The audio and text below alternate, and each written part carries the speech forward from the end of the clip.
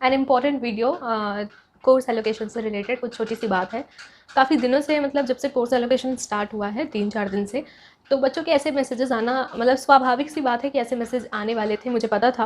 लेकिन प्लीज़ इस चीज़ को थोड़ा सीरियसली सुनना और समझना, और फिर वीडियो को ज़्यादा से ज़्यादा शेयर करना। चैनल पे नए हो तो चैनल को सब्सक्राइब करना, बेल आइकन भी प्रेस कर देना और वीडियो को लाइक ज़रूर करना।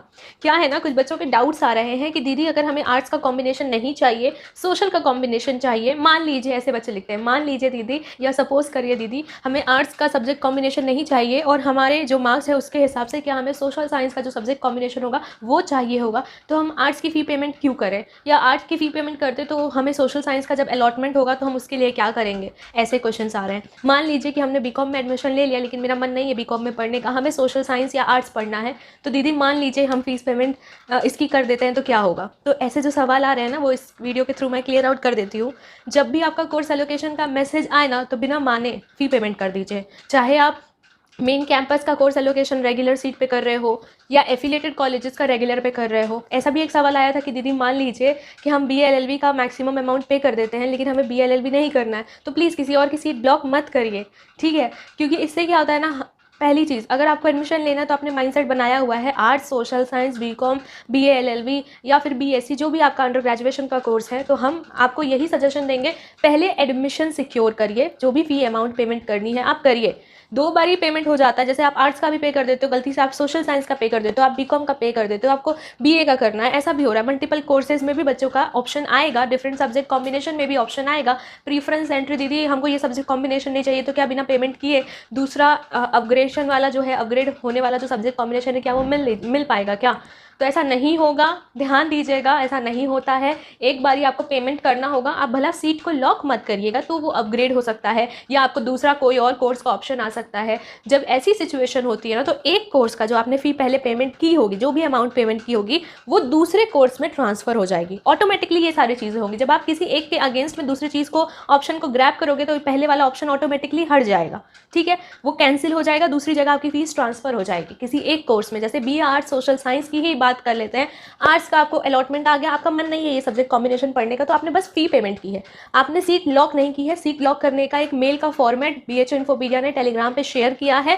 वीडियो के फॉर्मेट में भी मैं आपको बता दूंगी कि इस तरीके से आपको मेल करना है अपनी सीट को लॉक करने के लिए। जब आप पेमेंट कर लेते हो, जब आपको सब्जेक्ट कॉम्बिनेशन पसंद होता है, आप सेटिस्फाइड होते हो, तो आपको एक कमेटी को मेल करनी होती है। उस मेल का फॉर्मेट आपको सामने नजर आ रहा है, तो वो आप करके अपनी सीट लॉक कर सकते हो। लेकिन अगर नहीं आता है तो आर्ट्स की आपने फ़ी पेमेंट कर दी है, लॉक नहीं किया है, अपग्रेड करने के लिए छोड़ दिया है कि सब्जेक्ट कॉम्बिनेशन अपग्रेड हो जाए। अदरवाइज सोशल साइंस का अगर आपने रजिस्ट्रेशन किया है, आपको सोशल साइंस के सब्जेक्ट पसंद आए होंगे, तो सोशल साइंस का जब आपको अलॉटमेंट होगा, क्योंकि आर्ट्स के सीट्स के हिसाब से अलॉटमेंट ज़्यादा होते हैं, क्योंकि जितनी सीट्स होंगी उतना ही अलॉटमेंट होगा, तो मतलब ज़्यादा चांसेस बन सकते हैं कि जल्दी जल्दी अलॉटमेंट हो जाए। सोशल साइंस में थोड़ा सा टाइम लगता है क्योंकि इसकी कट ऑफ थोड़े से हाई जाते हैं आर्ट्स के कंपेरिजन में।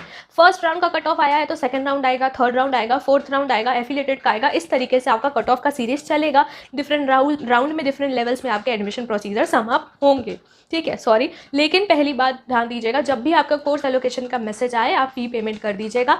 एक कोर्स से दूसरे कोर्स में ट्रांसफर हो जाएगा, मेन कैंपस से एफिलेटेड कॉलेज, एफिलेटेड कॉलेजेस से मेन कैंपस, सब्जेक्ट कॉम्बिनेशन में अपग्रेडेशन नजर आएगा। साथ ही साथ अगर आप बीकॉम में हो और आपको BA करना है और बाद में BA का ऑप्शन आता है, तो पहले आप बीकॉम की फ़ी पेमेंट कर दियो। जो भी आपका अमाउंट ऊपर नीचे होता है BHU उसको रिफंड, ट्रांसफ़र और एडजस्ट करता है, ठीक है।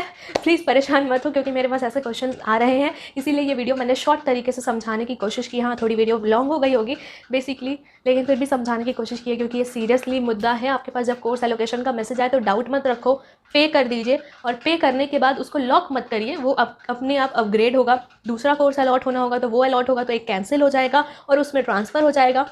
ज़्यादा फ़ी पेमेंट करोगे तो वो BHU रिफ़ंड करेगा। बस रिफ़ंड का प्रोसेस जो है ना वो थोड़ा टाइम टेकिंग है। और हाँ, एक और क्वेश्चन आ रहा था कि दीदी हम अगर BA-LLB में एडमिशन ले लें और हमें किसी और यूनिवर्सिटी में भी एडमिशन लेने का मन है, क्या ये फ़ीस जो है BHU पूरी रिफ़ंड करेगा? कुछ परसेंट कट तो नहीं करेगा। तो BHU पूरी फ़ी रिफ़ंड करता है, थोड़ा टाइम लगता है।